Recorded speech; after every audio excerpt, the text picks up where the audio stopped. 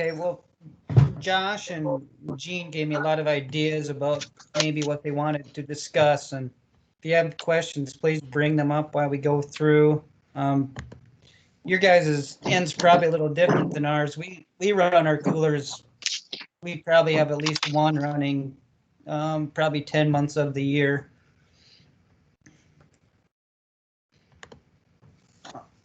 I don't know how many of you guys do this, but I think it's really important to have your cooler checked over every year. We have ours checked over twice.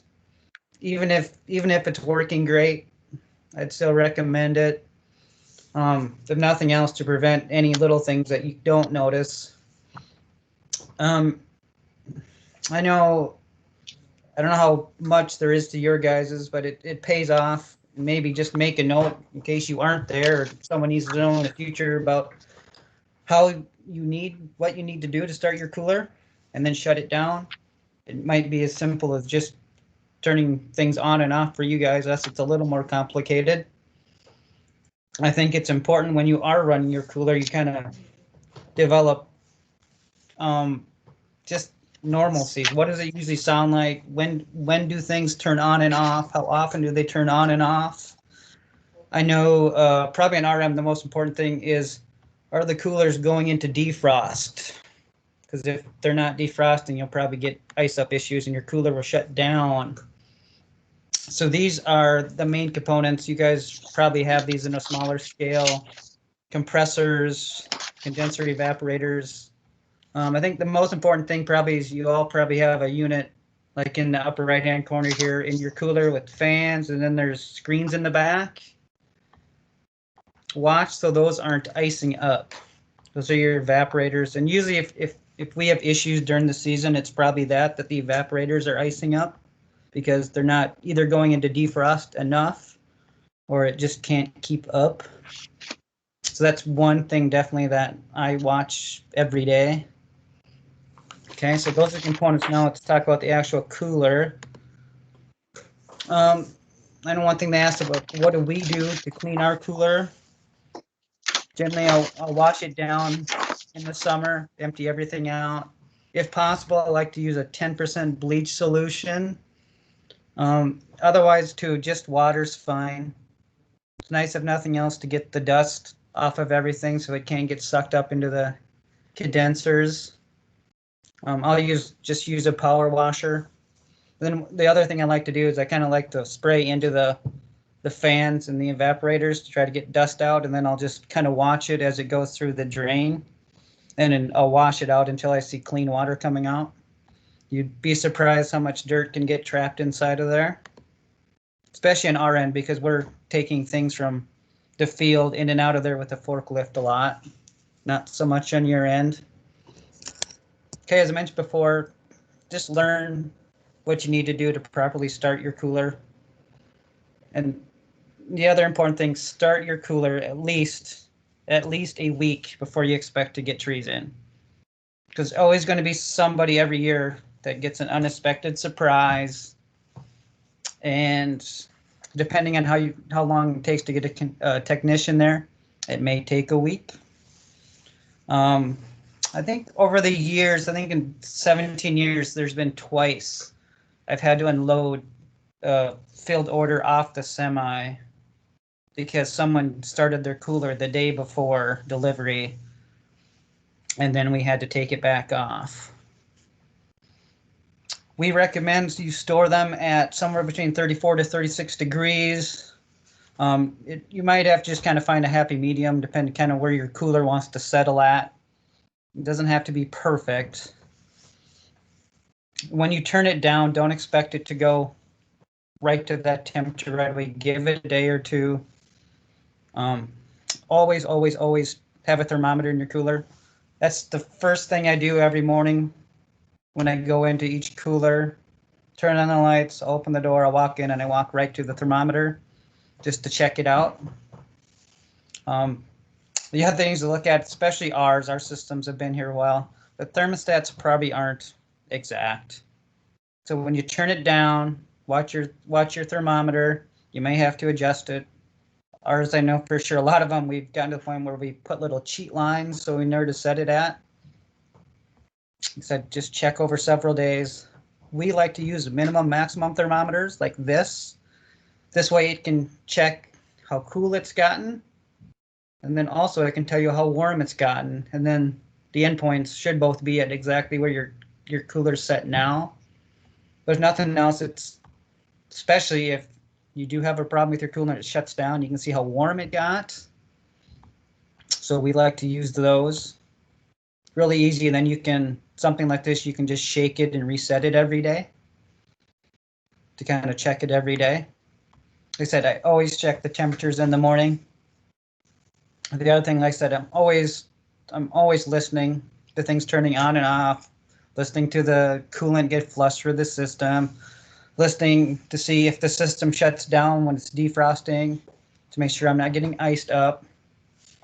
The other thing is, and this is quite often in the spring and then in the fall when it starts to get really cold out, your cooler's going to feel different inside of it, even if the temperatures haven't changed. A couple weeks ago, the 28-degree frozen coolers felt really good. I mean, they felt t-shirt weather in there. Otherwise, when we get late spring and it's 70 degrees outside, and then you guys come to pick up trees and we're going in and out of the coolers, they get quite cold because we've been outside in our coveralls.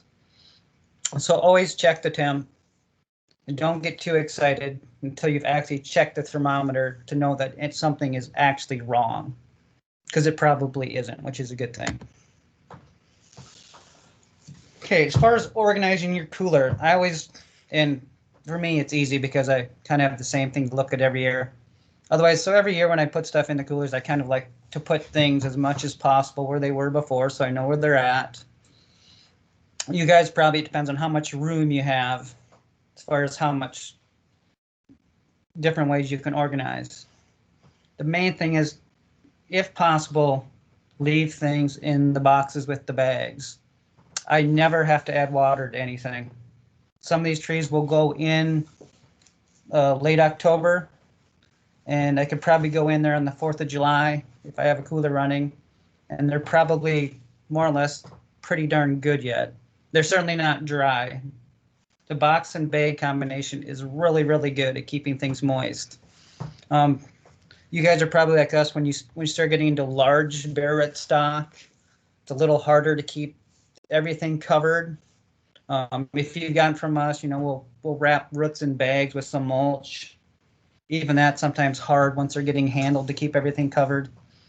If possible, when we get stuff in like that, we'll just throw them on a tarp, throw the top of the tarp over, wrap them up, try to keep them protected as possible. So if you can keep stuff fully covered like that, that's always the best. If not, for sure, cover the roots, and then, check every so often. If you have to uncover them to get something out, just check them, spraying with some water. The other thing is, always try to leave room through your cooler so the air can flow. That way, if everything's tight, the cold air can't get between them and they'll start warming up. Just we'll kind of try to watch that too. Sometimes in the delivery semi, it gets kind of tight where we're taking up too much of our airflow room and kind of worry if stuff's going to stay cool throughout the semi. Okay, so like I said, I got a lot of room to play with. Otherwise, we have metal shelves where we can put everything. In an ideal situation, you guys would have something like this where you can just stack the boxes. Some of you probably just don't have room to do that. I know some people still hold, they take things out and have stuff piled up bare roots, which I really don't like. If possible, try to at least little by little convert over to a system where you can leave things in the box. Then too, we have these little marker boards where I kind of have a map of the cooler, so I know where everything's at. Usually after about 3 days, I kind of know where everything's at. So by the end of the first truck, I kind of know where everything's at. Okay, one other thing we wanted to cover, the packing list, which I'm sure some of you, this is kind of old hat. Whether you're picking up or delivered, you'll get a copy of your packing list. For anyone that hasn't seen them, it's split up by types of trees, and then within that type of tree, it's split up between bare root trees, container trees, and plugs. So on the left side, it'll show you what you have on order, and then the next number written in is how much were shipped. Hopefully, and this was a big aim last year, was to try to ship out complete orders, which makes it easier for you guys especially, but even for us, it's much better if we can get you everything at once. Okay, so the left side will have what you have on order, and then the amount shipped. And then on the right side, it'll tell you it was lifted in the spring or the fall, which sometimes can especially be important for us to know if it turns into a survival issue. The far right column will tell us how much you have yet to come, which hopefully is not anything. And then the middle column is the partial box column. So anything that can't go in a box of its own goes in a partial box or a mixed box. So each partial box, and again, this is probably old hat for some of you guys, has its own number. And that number will show up on the packing list as far as which box those trees are in. The partial sheet for that box will only show the amount of the item in that box, not the total amount you have on order. A lot of things it will be the whole order. An item can be in multiple boxes. Usually this happens if you have a late edition that will just start a new box and throw your addition into that. And then the sheet will show both boxes in that column. Okay, so what you have in that box, if you have a whole box, it'll just tell you what it is. But in a partial box, like I said, the number will be up in the right-hand corner. And this is probably the most well-written box you'll see all year. It will be much sloppier. So the number will be in the upper right-hand corner. It'll say your name, and it'll say the amount of those items in that box. So that way, if you don't have your actual partial sheet with you, you know what's in there. You know, maybe a lot of you probably cross things off if you take them off. So then the actual partial sheet will match the exact listing of what's in that lid of the box. And when we put them together, we use that as a double check to make sure everything's both written on the sheet, written in the lid, and that they match what's on the order form. So we kind of use it as a triple check to make sure everything hopefully is correct.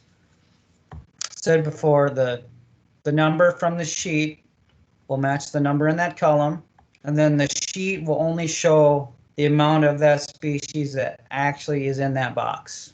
So it won't show you your whole order, just what's in that specific box.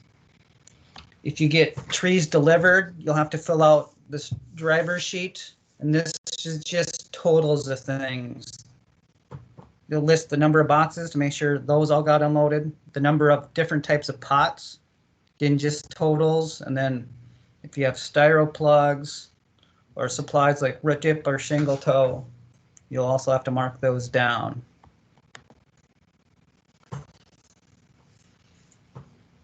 Okay, again, keep things in the boxes if at all possible. Like I said, I never run into issues where we have to water anything that's in the boxes.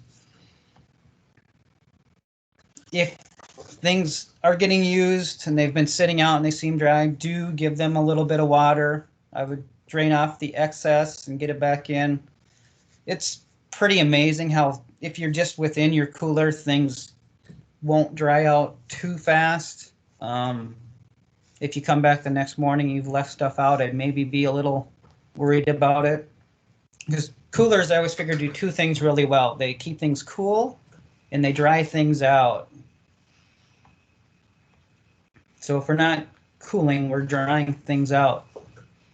So anytime if I'm working on things in the cooler and I have to leave, which is quite often, I always make sure everything's covered up, at least inside a box with the lid closed. And if you're keeping things at least covered up so the fans can't get to them, you shouldn't have too many problems with things drying out. The other thing is always keep things labeled. I know there'll be a time or two every spring when we'll get pictures sent to us about what is this, things got misplaced, broken apart.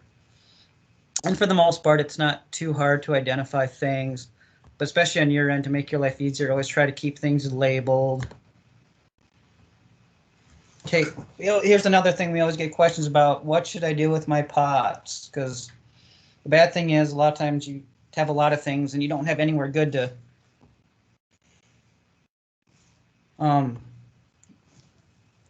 you can, I know for as far as labeling bundles once they're opened up, I know you can get extra tags and markers that won't erase on the tags from Nicole.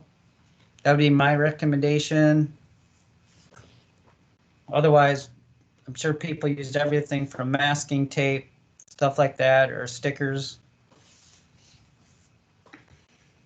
But tags and then keeping things together makes things easier, but always keep things labeled. Okay, so as far as containers go, we really, really don't recommend that you keep them in your actual cooler. Inside of a shed is fine, where they're going to be out of the wind. But if they're actually inside the cooler, like we said, it does two things really well, refrigerating and drying things out. So if you don't have to keep your pots in your cooler, please don't. If you do have to, you're going to have to keep them watered quite a lot. But if you can just find a place that's out of the way, protected, they shouldn't lose moisture too much. You know, here, if we don't get any rain, it starts to get warm, we'll probably water them 2 to 3 times a week. You know, in the summer, we're probably watering them every other day. So if you can keep your pots somewhere out of the wind, out of the sun, they'll mostly be void of any extra handling. If nothing else, if you're not sure how dry they're getting, just tip a pot over with the root ball up. Just pull the pot off, and you should have a pretty good indicator of how far the moisture's in it. You should, if it's been watered, you should be able to kind of see a line where the moisture's at. If you have loose plugs, I wouldn't be afraid at all to put those in the cooler. Just have them inside of a bag. If you can cover the whole thing, that's ideal. Otherwise, make sure the actual plug, the dirt is covered. Okay, here's another thing I was asked to cover. When we're packaging trees, like anything else, just try to keep things from being out in the open as little as possible. Again, keep everything labeled. When you get your trees from us, you'll notice everything's in a plastic bag. We used to just have wax boxes without the plastic bag, at least for hardwoods, but the bags are so much better. If you keep things with mulch inside a plastic bag, they won't dry out at all if they're kept out of the conditions. Like I said, do please reuse the boxes. That's part of why we do them.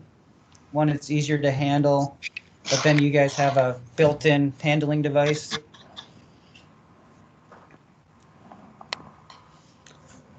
Okay, so when you are packaging them, make sure for sure the roots are covered, if nothing else. It probably depends on what you have to work with. A lot of you guys just probably use garbage bags or something like that. It depends on how big the tree is. If you can fully cover it, if possible, we'll always cover it up.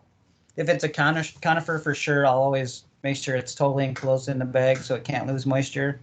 Conifers are always going to be that much more touchy. If possible, keep things out of the sun and air. So if you're handing out trees and they're just going to throw it in the back of their truck, if possible, try to get them to put it inside the cab if they can. If nothing else, just tell them to keep it out as little as possible. A lot of times if people pick up from us, they'll ask, well, what can I do with these? They'll pick them up the beginning of the week, and then they'll tell us then that, well, I'm not going to plant these until the weekend. So generally I'll tell them just if they can keep them in like the dark of a garage or something, you know, where they're not going to get any sun or wind, they'll be fine. Hopefully it's somewhere where it's not going to get too hot either. Because here's the talk about, if you can make sure the roots are covered in mulch, that's good. If the whole bundle can be enclosed in a bag, that's even better. If that bag can be in a box, it's even better. That way you're keeping sun away from there. Oh, here's something Josh asked me about the other day. What if I get trees with mold? Okay, so when we're seeing mold on seedlings, it's most likely because they have some type of damage in the field, and we're seeing the mold on dead material. Most likely, you're going to see it on stuff like oak, walnut, and Ohio buckeye, which all have dense, heavy tap roots that no matter how deep we go with the lifter, tree lifter, we're probably going to cut the bottom of it off. And most often you'll see just kind of white, light, wispy mold on the end of the roots. And you're just seeing that on the dead material where the roots got hurt. If you do get stuff where the mold is kind of slimy or pink or green, or it's dotted kind of up and down the whole seedling, send us a picture. Usually we'll have encountered it before you if we're sending it out.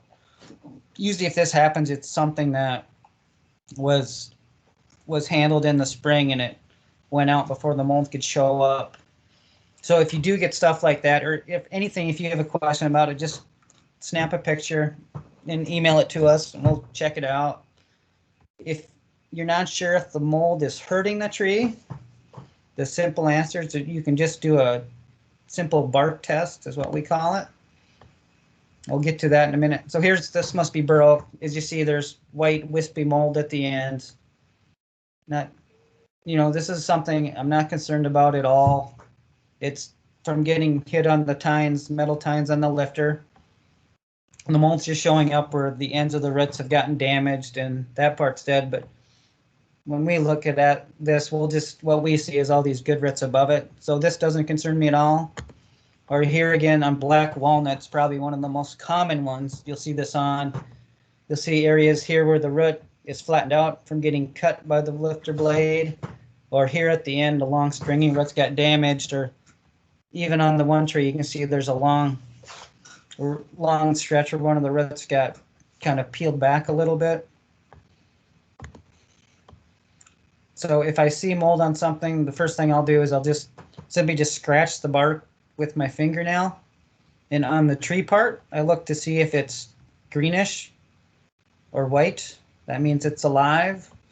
And then you can do the same thing on the roots if there's mold there to see what it's like underneath. And that will probably be more of a whitish, like a solid white, or light green like the tree. If you scratch these off and they're brownish or soft underneath, then the tree is probably dead, at least in that part. And if it was on the roots and that root's dead, I'd probably look to see what other roots the tree has to see if it's viable yet. But this is a simple way to always check and see if things are alive. We do it quite often. Another thing that you might encounter, I don't know if you all do this or not, is sweating some of your trees.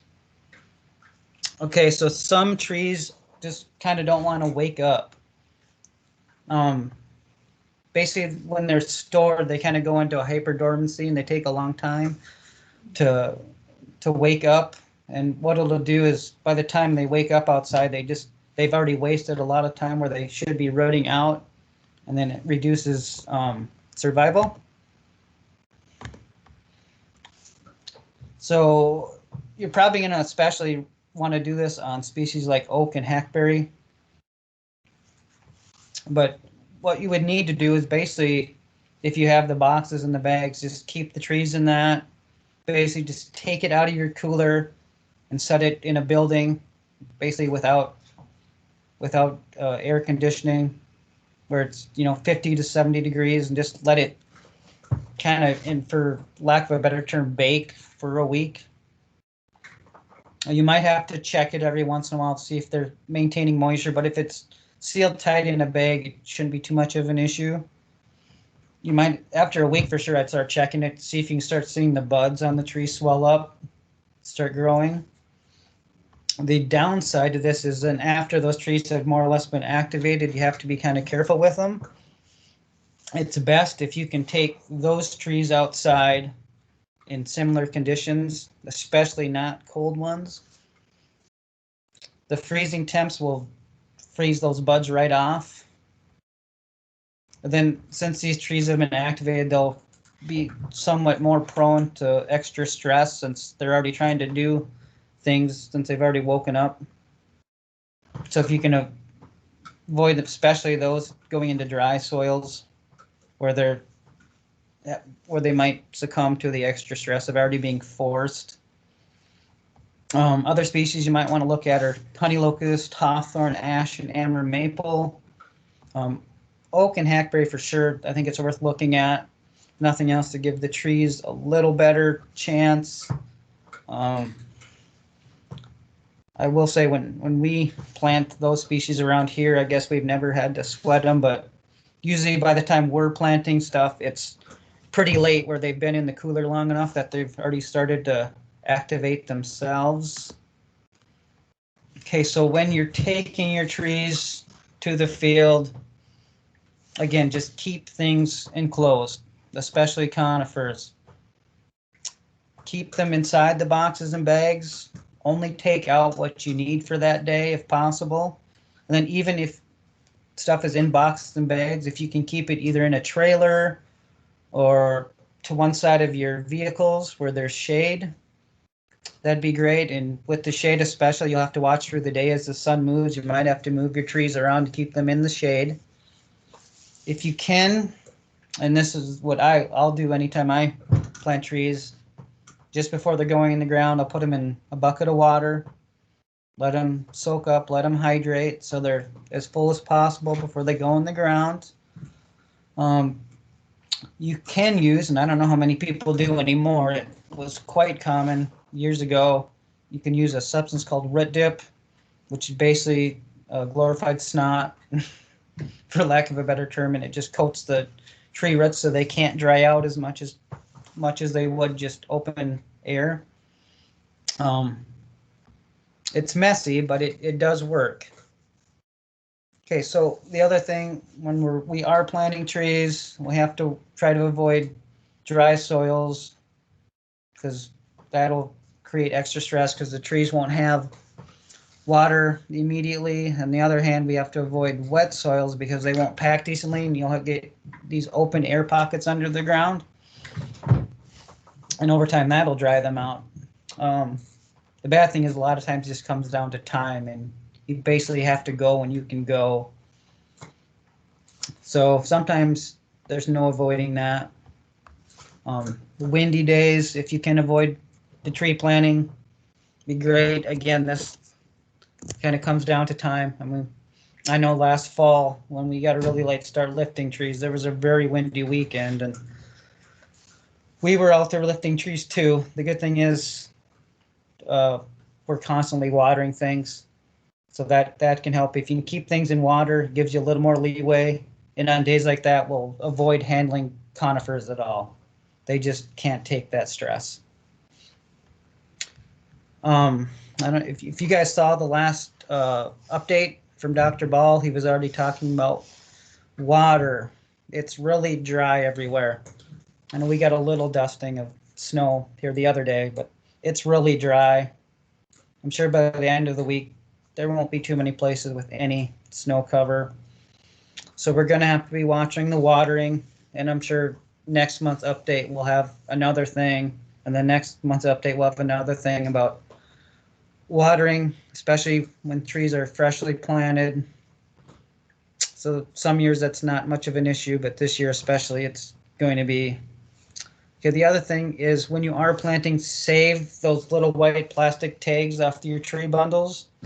And as much as possible, keep records as far as which planting those trees went into.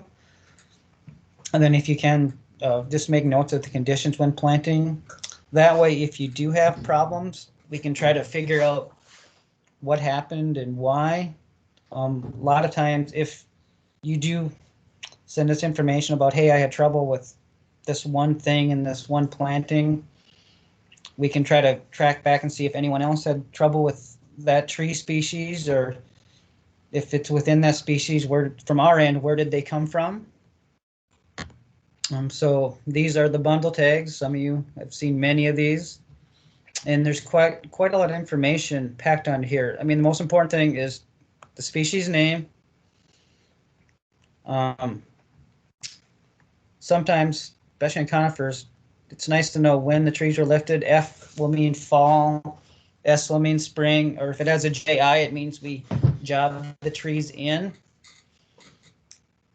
It'll tell you how many trees are in the bundle, and then especially for our use, it'll tell us which seedling bed we grew the trees in. And from that information, we can basically track back that whole tree's history. We can tell us when it was planted, which seed we use, where the seed came from, how old it is, when it was processed. So if, a lot of times within a species, if more than one of you has trouble, we can use that information to try to track back and figure out what might have went wrong if it was on our end. Okay, so trees will only have so much of a shelf life. On our end, after we've lifted the trees, they'll get refrigerated, and then but once we grade them out, they're froze to try to extend their life period for storage. So we'll freeze things at 28 degrees, so they're just froze. And then probably in a couple weeks, I'll start to thaw them out, and then they'll all get shipped to you just refrigerated.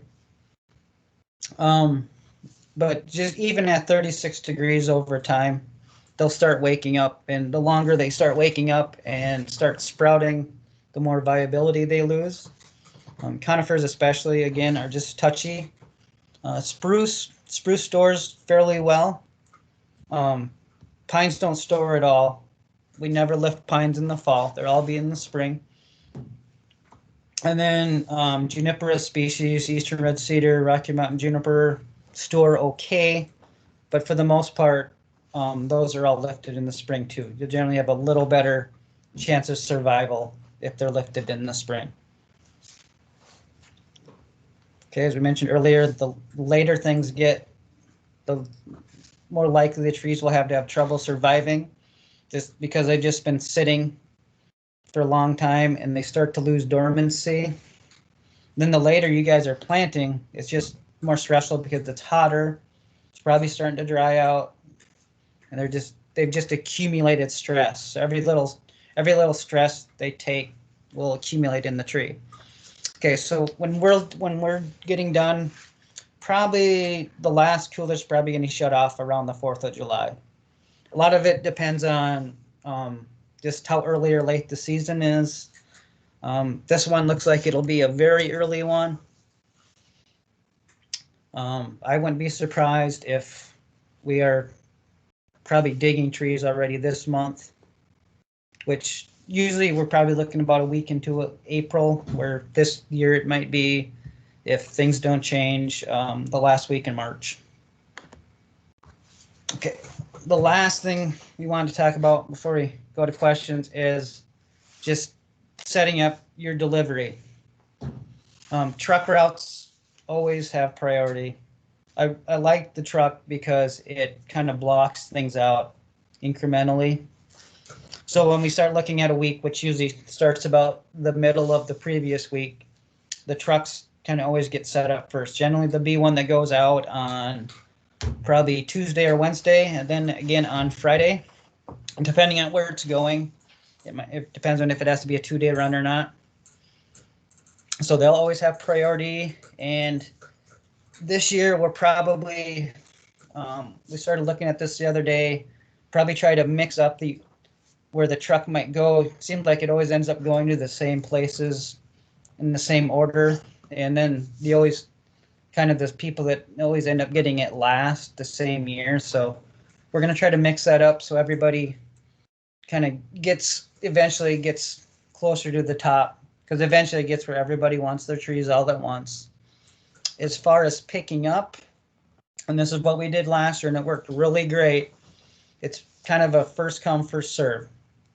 When you want your trees, or if you have a kind of a date ahead of time where you might want them, let us know. We'll put you on the list, and then we'll just work incrementally through the list. I think there's actually a couple people on the list already. And that works great, because then as we look at kind of the week, and especially in my end, I'll kind of block it out with that week's truck orders as far as how many we can fit in that week and what exactly they need, because that'll influence what we lift and then grade quite a lot depending on who's picking up or getting delivered that week. And the only thing we ask is that if you are picking up that week, that you are ready to get them as soon as the order is set up. And this worked really good last year. I know Hamlin, Peggy, I think called her early afternoon, and probably within 2 hours she was backing up to the loading dock to pick up her trees. So that's great. You know, if you have a certain date ahead of time, that's fine.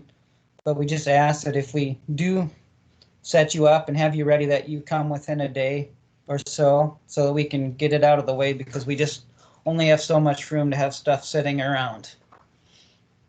If you are kind of set up for the truck and you decide you want to pick up later, that's fine, but you'll go to the end of the list.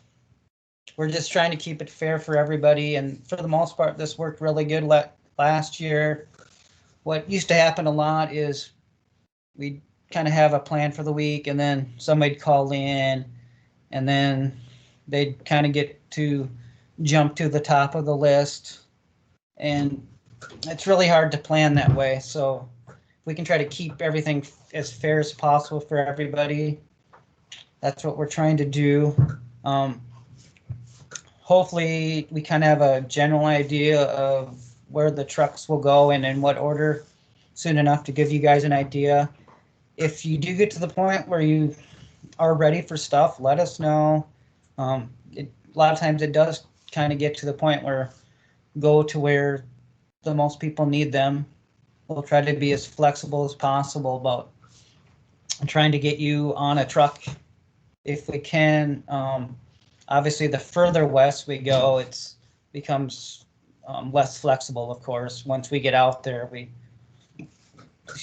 kind of have to deliver to everybody out that way. So that's a little more limiting, but other than that, we'll try to keep it as fair as possible and make sure that people who a lot of times generally get delivered to last can get onto one of the earlier trucks. But just let us know if you're ready, let us know and we'll see what we can do. Right, other than that, if you got questions, we'll answer your questions. You know, if you have questions throughout, just shoot Nicole an email and we'll see what we can do. Hey, Mark. See, we're probably going to have an early spring, but looks of it. What would you suggest as a starting date for planting? Well, probably as soon as the soil's warmed up. I wouldn't be surprised if we are shipping out the first week of April, which is kind of early for us. John and I were kind of scared there's not going to be enough winter, but kind of once the ground's thawed out and the frost is out and dry enough that we can start pulling trees out of the ground, we'll go. And I would say if your places are ready and the ground is warmed up, I would, by the middle of April, I would go for it. The sooner we all can get done, the better. You're scaring me with that date. Well, it's scary for us. Trust us. We feel like winter just got started. It took, basically the month of January to get trees graded. So John and I are just kind of starting winter kind of the last couple of weeks, and it seems like we're already running out of it. Sure. The earliest we've ever started digging is March 15th. I think one year we started on March 15th, and then the next year we started on April 30th. Yeah, I think for soil temps, I think once you're into the 50s for soil temps, I think you should be okay. I think that's kind of the standard go-to. I got a couple questions, and then I got one from Joan here. I missed this one, but it was from Tanya. Where do you find those thermometers you were talking about? Those bump, the ones that go down? I mean, the ones here have been around, I think, since probably the coolers were built. I'm sure you can get them. I don't know if you can get them at Menards. Otherwise, I'm sure you can get them if you're like me and you just go the easy route. You just go to Amazon, and I know you can get them there. As far as planting too early and having trees freeze, I wouldn't be extremely worried unless we have a real temperature swing. I'm kind of worried that it's going to be really nice at the beginning of March, and then we'll get started, and then it's going to switch. But as far as freeze on the seedlings, I wouldn't be, unless it's a real extreme freeze, I wouldn't be too scared. I mean, everything in the field here, they'll start, and that's the biggest thing we face in the spring, especially if we don't have a good fall. But luckily this year we had a fantastic fall. Is fighting trees budding out. Some species, especially apples, lilac, honeysuckle, they push buds really early. Of course, there's people right now that look, and lilac's always kind of pushing buds. They'll think that they're budding out already. But even here, they'll start pushing buds, and even in the field, we get cold mornings, and they'll get frost. So I wouldn't be too concerned unless we get into a day where there's freezing temperatures for quite a few hours overnight. I wouldn't be too worried. As far as picking up or delivered, I don't mind either way. As long as we know. I mean, I think when we start looking at an area for the truck, we'll probably let everyone in that area know, especially East River, and let you guys make a decision. I guess if you want to pick up, just let us know. I mean, to me, it's all about who to plan for that week. That way, as far as lifting and grading, we know what to aim for, what species to look at, how much of them. So to me, it doesn't make a difference as long as I know kind of who's on schedule that week. The truck's just nice because it kind of blocks things out. But obviously, local districts, you guys are going to pick up, and then sometimes people just get where, especially if years where you guys might have a lot of planting to do, you want your stuff earlier, or you might want your stuff to get your hand plants sorted out. That if you want to come in, that's fine. Pick up, just know that, you'll get on the list, and then we'll let you kind of know where you're at, and then and when you might be able to get your stuff. And then on the other end, that if you call in and say, yeah, I want my stuff, that if it's set up, you're going to be expected to come and pick it up. But yeah, other than that, I don't mind, as long as I know who we're looking at.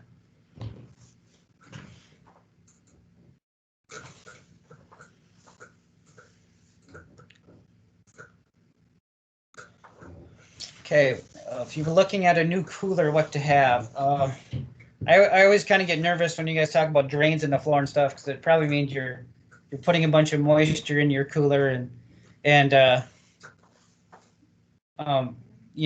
storing a lot of stuff bare. We don't have any drains in our cooler. Everything's dry. We like to keep the humidity down.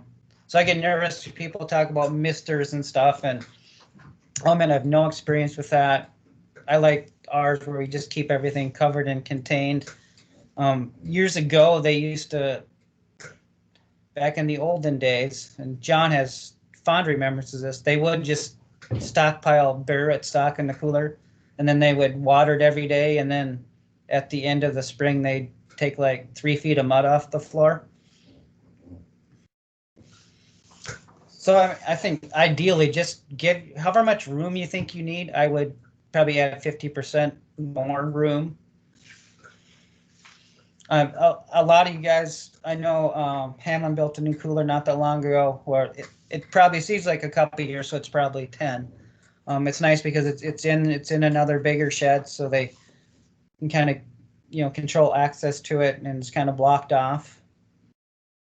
But I would say, if possible, just if you're going to set up a cooler, give yourself more than enough room.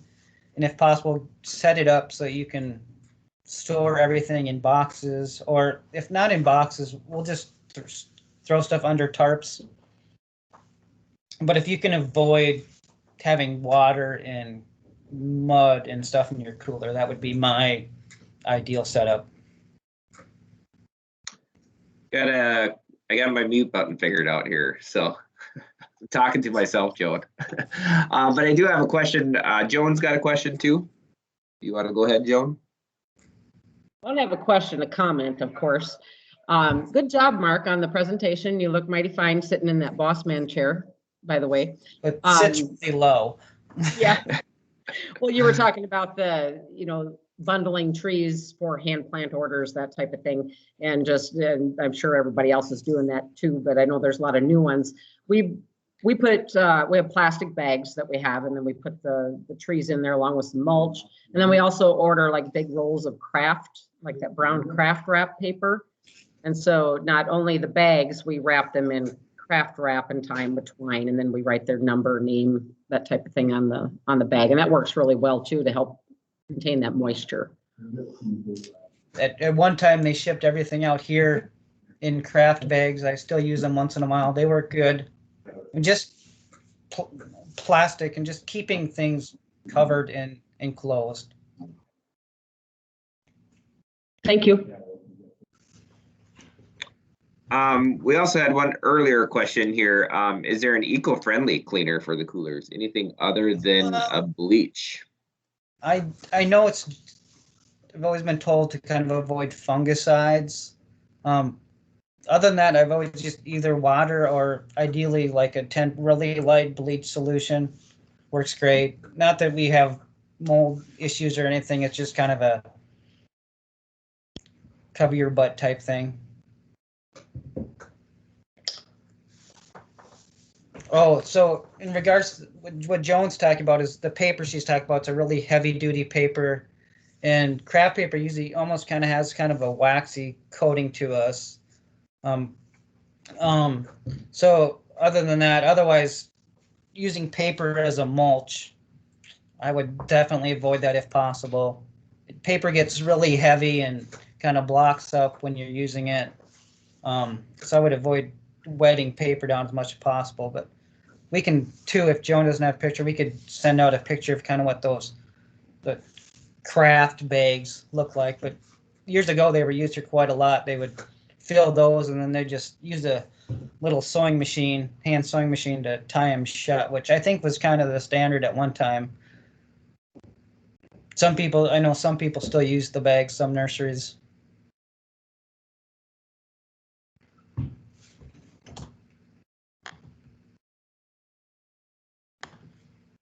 I mean, I think a lot of it,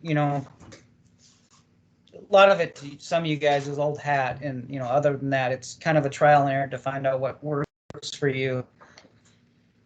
Other than that, I like plastic bags. Since we started using them for everything, I like that a lot. We used to just use, the double-sided waxed boxes, but bags are way better. So anytime I send anything out, depending on how tall it is, always try to have a plastic bag in there. Our tall tree boxes don't have plastic bags right now, but we're kind of working on that too to try to keep everything covered. There you go. And ours isn't wax coated at all. We order I don't know if they're 4-foot rolls, and we've got a bar that slips on, and then on the table you roll it out. So the trees are in the bag. This just helps, protect them a little bit. And if somebody doesn't pick up their order, and of course they're sitting in the cooler for a while, they will get soggy and we may have to rewrap, but we don't do the wax coated paper. You have a plastic bag inside of your Yes, paper yes, bag, Joan? yes. The good thing about and then we can write on it, and put their order number on there. So when they come in, it's like you look up their name, Tom Smith, and their number 112. So those orders will all be in the cooler numerically, and then you just grab the bag and send them out the door.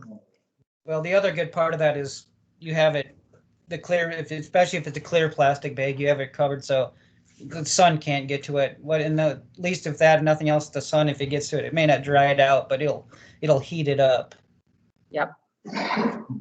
So if possible too, I know a lot of times, you guys will pick stuff up on open trailers. If possible, we always try to And usually it's most complicated if you have big ornamental trees in the plastic bags, to try to keep everything that light can get to get that either inside if possible, or if nothing else, we can kind of bury it underneath some boxes.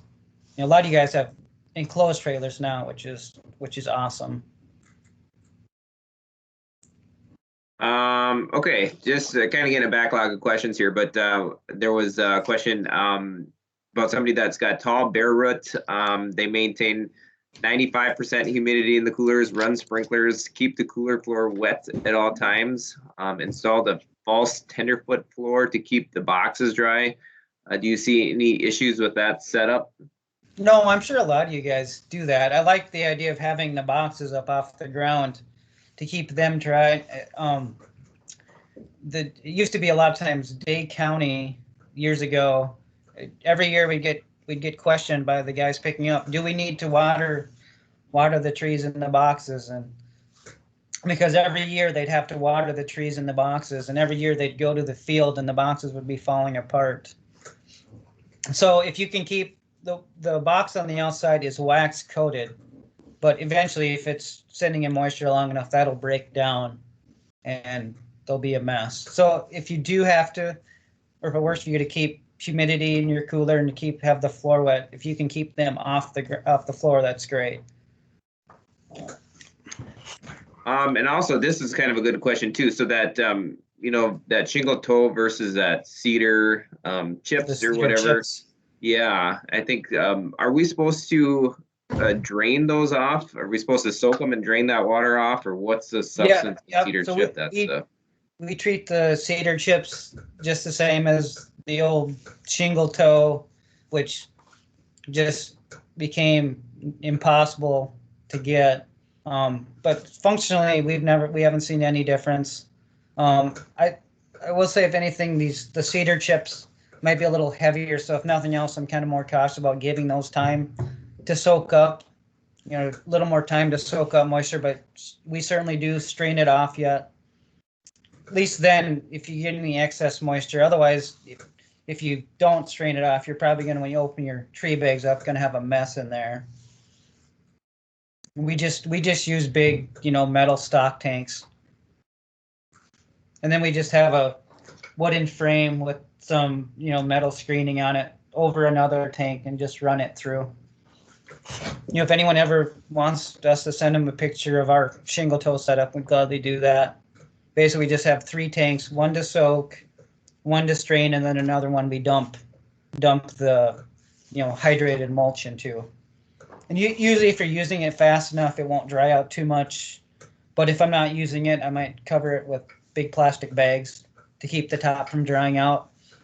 And then if you do have, hydrated mulch sitting around, what we do is the last tank is sloped down. So any excess water that gets in there can drain out.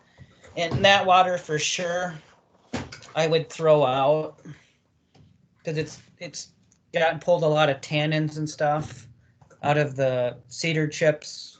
So that stuff can be kind of toxic, and I wouldn't reuse that if I don't have to. Otherwise, when we're soaking chips and stuff that drains out, we'll reuse that water. But other than that, we kind of like the cedar chips just because they're much easier to handle, and they don't get down your shirt as much. Shingle toe was excellent at doing. Then you had to scratch your back all day. But yeah, we'll make sure today when we'll send out copy of the presentation, and I'll get a picture of our shingle toe system for you guys if you want to see it. That way you guys at least have an idea if you either want to change yours or you don't know what we're talking about if you're new. But I really like the cedar chips. We haven't seen any difference functionally, so they're probably here to stay. It's the same thing you can get probably at Runnings or Tractor Supply or something, I think. They were good. Cedar's really nice for a mulch because it's pretty even pH and it doesn't break down, doesn't rot. Other nurseries use aspen or cottonwood, but I think they dry out faster than cedar. So I definitely stick with some type of cedar mulch. Okay, so the purpose of these again is just you cover the roots in these Yeah. cedar chips shingle toe, or It's is the it just whole- to add moisture to the bag, or? It's, I mean, the most important thing is the moisture. It'll hold moisture, and really you just want enough. You don't want water running off. Basically, if you have the wet mulch in that bag and it's tied shut, it'll stay plenty moist. It's like anything. You just want enough. It's like cooking with grandma, just enough but not too much.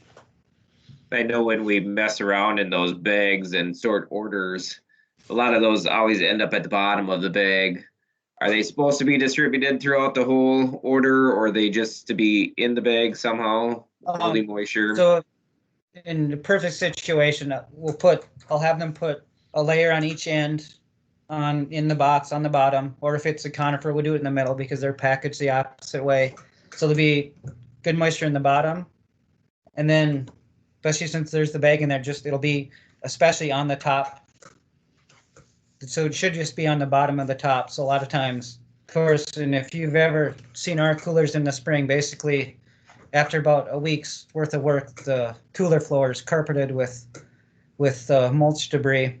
So yeah, so most of it probably when you start taking trees out will come out, at least half will come out with the trees on top. So yeah, it shouldn't be distributed throughout, but especially with the bag, it's basically in there to have enough moisture with the bag closed to just kind of create a little micro environment where there's always enough moisture, but it's like anything, you just need enough. There's no reason to have too much. Then you're just trying to create problems. Okay, different topic. It's going to be nice out this week. Disinfecting coolers starting now. Is that a good time to do that? Sure. I mean, to me, you can't start too soon. Okay. So even if you disinfect it, I mean, then no matter what, then it's done. To me, that's something. When it's done, it's done.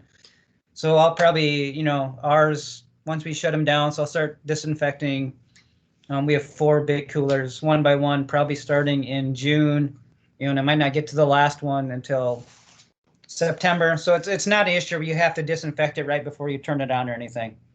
It's more of just kind of playing it safe, get the dirt out of there. So as far as that, you can do that anytime. And then, I would look at turning it on, a week or so before you're going to get your trees. Straw is okay to use for a mulch. We've experimented with here some. We've used it. So I don't have any problem with straw. Sometimes it comes down to what you have. So straw's okay. Again, get it wet, pile it up.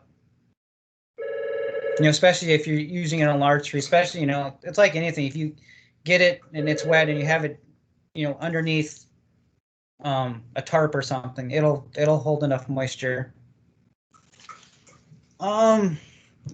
We have used black bags before as far as what color of bags to use. Otherwise, I like the clear bag so I can see what's in there if there isn't a box.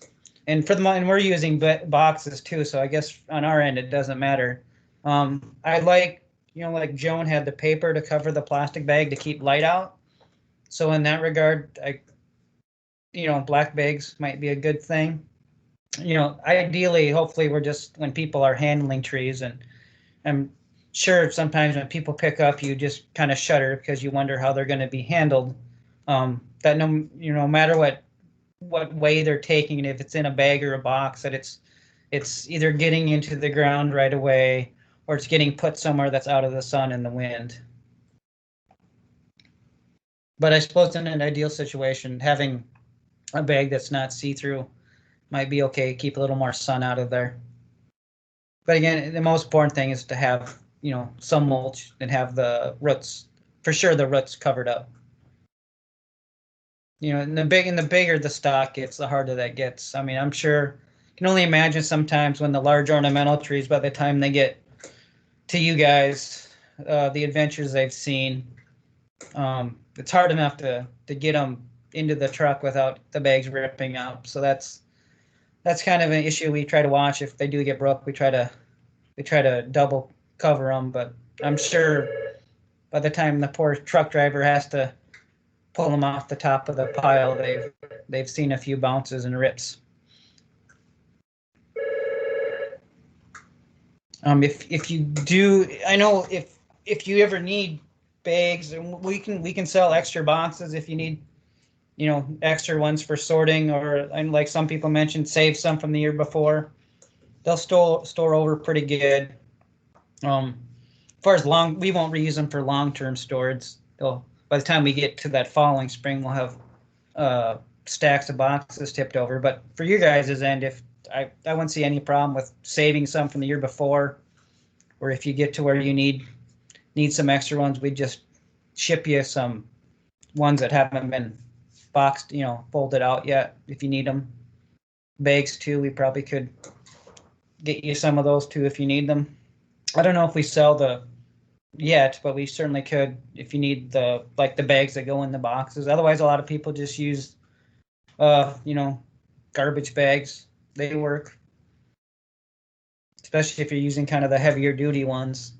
Sometimes you're going to run into ruts that just no matter what you have, they're going to probably want to break out.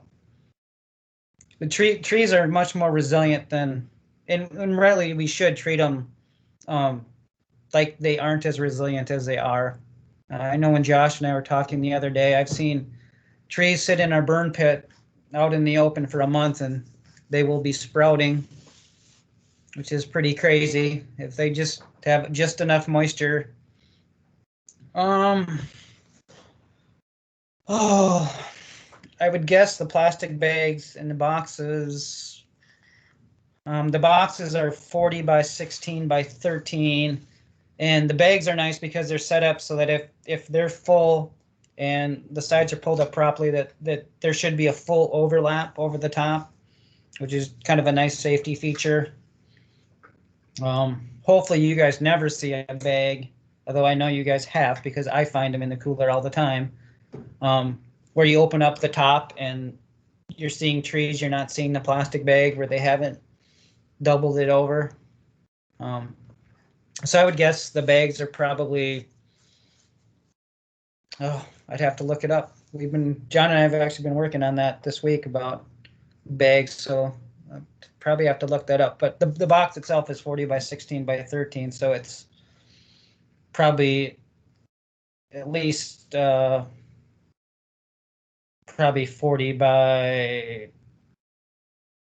probably 36 by 20 or something like that, and I can't remember the gusset. I think they're a 1.5 mils. I wouldn't be too worried about containerized trees, you know, like in a shed without sunlight, especially unless we're talking, and I'm guessing especially within the time period that, you know, you guys are going to be handling them, that there wouldn't be any trouble. I will say, we used to, when we winterize stuff, which the trees just get tipped down and they're outside, they would be covered with a solid plastic, where now we use a clear plastic. They do, especially conifers, they do benefit from getting the light, but I wouldn't see any problem in the you know, month or two that you guys are handling them, that being in the dark would be any problem. The good thing about that is if they're out of the light, it probably means they're also out of the wind. And the good part of being out of the sun is they're not drying out. But you know, a lot of you guys are really smart. I know when you get your pots in, you try to get rid of them as fast as possible, because a lot of times you just don't have anywhere good to put them, or they're safe or out of the way, or where you can lock them up. But if you have somewhere safe like a shed where you want to put them and it's out of the sunlight, I wouldn't be too worried about that. At least in the time period you guys are going to be handling them.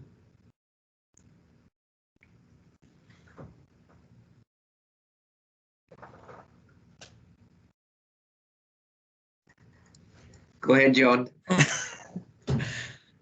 know everybody's getting that. Well, you're just talking about the plastic bags, and I just wanted to share what we have. I guess we've been ordering from Cole Papers in Sioux Falls. And their main branch is in North Dakota, but ours are it's a 18.7. Well, let's see, that's the net pounds, I guess, but they're a 30 by 37 bag, so they come on a roll like this, and there's 20 rolls.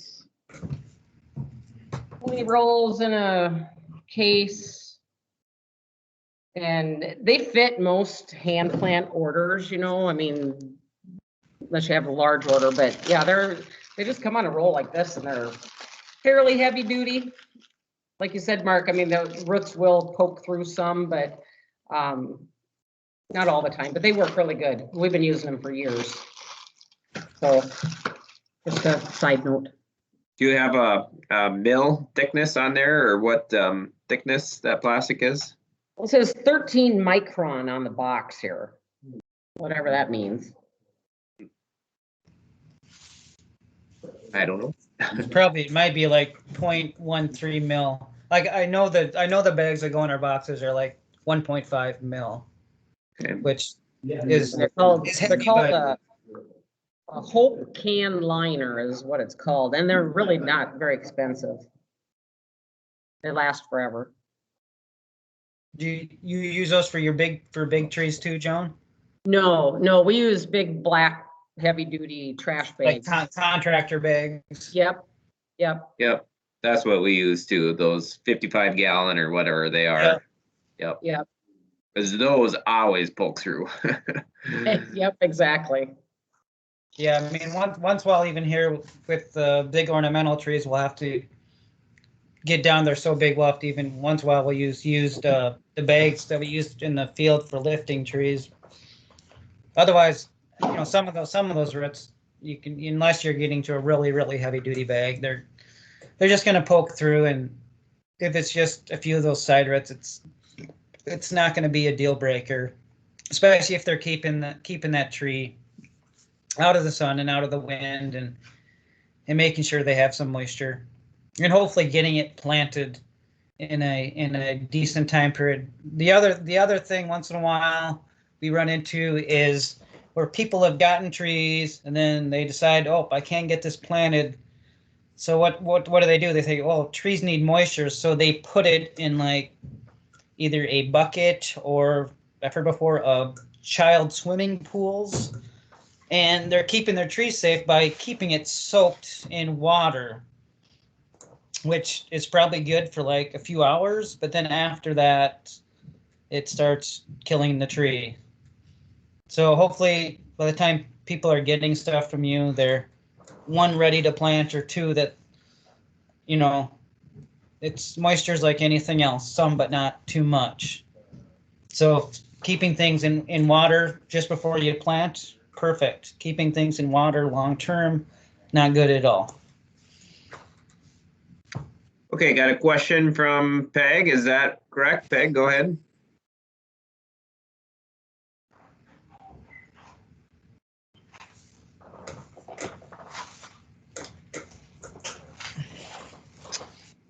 Are you there? I got a...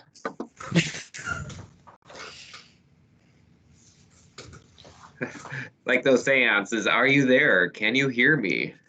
Do you feel my presence? Must be on mute. As far as moving stuff in and out at night and back inside, as long as, especially if it's just going outside in the sun and then coming inside and not in a cooler, I think that's probably actually good for the tree. If you're taking it outside and then back into a cooler, that's where I'd be concerned, because it's really getting extreme swings there. If it's just kind of to keep it in case it does get cool at night, bringing it back inside, I think that's a-okay.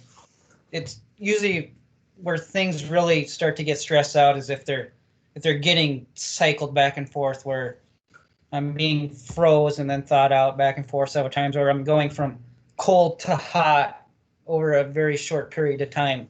They'll accumulate a lot of stress. So if you're just taking it outside to get the sun during the day, then taking it inside, just kind of inside a shed, I think that's good, because we'll do that too if we have either young plants or something and it's going to get kind of cool at night. I'll just slide it, inside our cooler drive or something, and then right away the next morning I'll probably take it back outside. So as far as in and out, no, that's a good thing, as long as I would avoid taking it into the cooler and then outside, and then into the cooler and outside.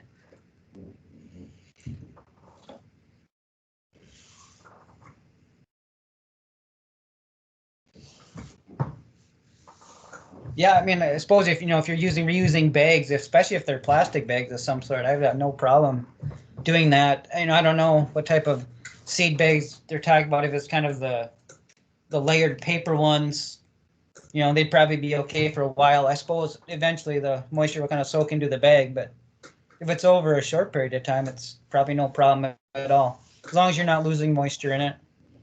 That or other idea, put the trees in a plastic bag and then put them in that seed bag if you're worried about, if the moisture is going to soak into that if it's a paper bag. We reuse stuff like that all the time. It's amazing what you can chip trees in if you really want to. Sometimes it's just kind of what you have handy.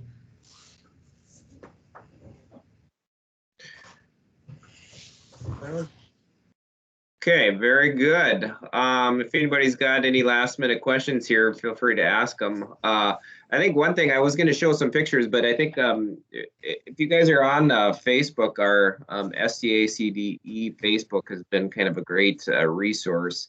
I know last spring we shared some pictures of our coolers, things we do, things people do. It's great to have that conversation there. So maybe I'll leave it for there, but do take pictures this spring and post them on there. I think it's fun, especially a lot of people who are thinking of building new coolers or just getting new ideas. I know it's good to see what everybody's got out there. So do go to that site and post on there and visit with others on that. So yes, are there any other questions? Comments?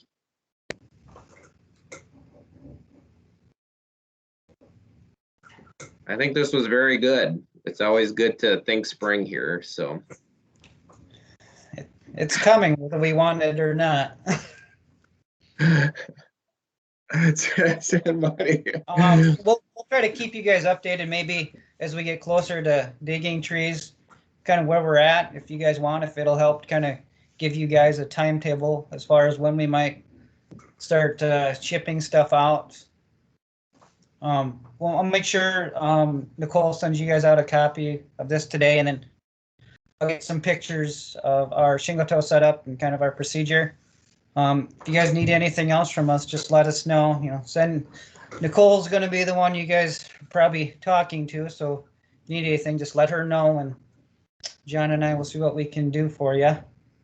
Say we should, is that, do you want down payments this year, or what's the time frame on getting our prepay stuff down?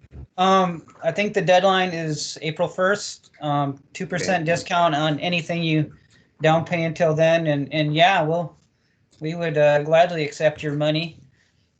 But yeah, I think we have till the end of the month. And of course, if it comes in just after that, I think it'd probably still be done, but otherwise, 2% on whatever you prepay, that'd be great. It'd be very much appreciated. Nobody says no to money, right? Yeah. Other than that, I mean, it's been really, really heartwarming all winter to see still the tree orders just keep rolling in, and I'm sure there's several reasons for that, but we are very appreciative. It's really nice. Yes, very good. Yes, go ahead, Joan. Sorry, everybody's like rolling their eyeballs right now. It's like, come on, get almost lunchtime. Well, just a comment, I guess, on the native perennial, garden perennial type things. I know that the inventory numbers right now are running out, and I don't know if people are aware, and I guess I wasn't even really sure until this year that I'm putting people on a waiting list now, because you will have some more of those available, most likely towards the end of July. Is that correct? Oh, yeah. Okay. And we'll talk about this a lot in June. Really have some exciting things. We're going to have a lot more pots for you guys, conifers especially.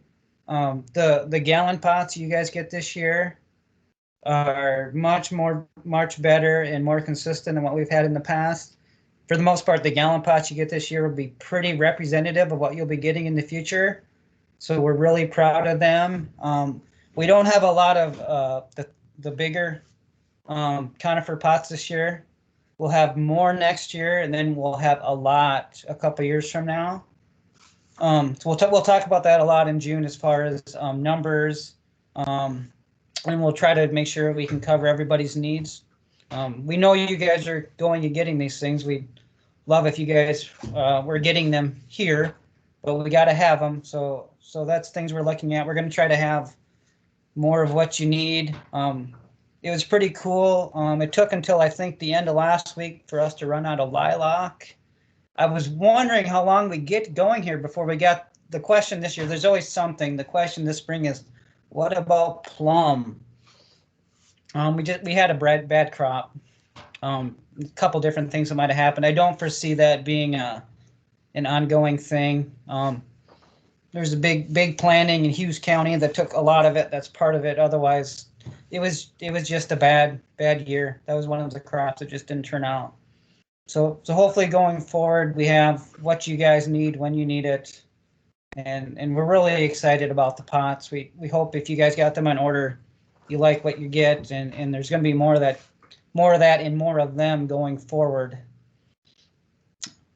But that's a lot of what we'll talk about in June. Otherwise, any other questions? If you think of things as we go forward, don't be afraid to shoot us an email. All right, sounds very good.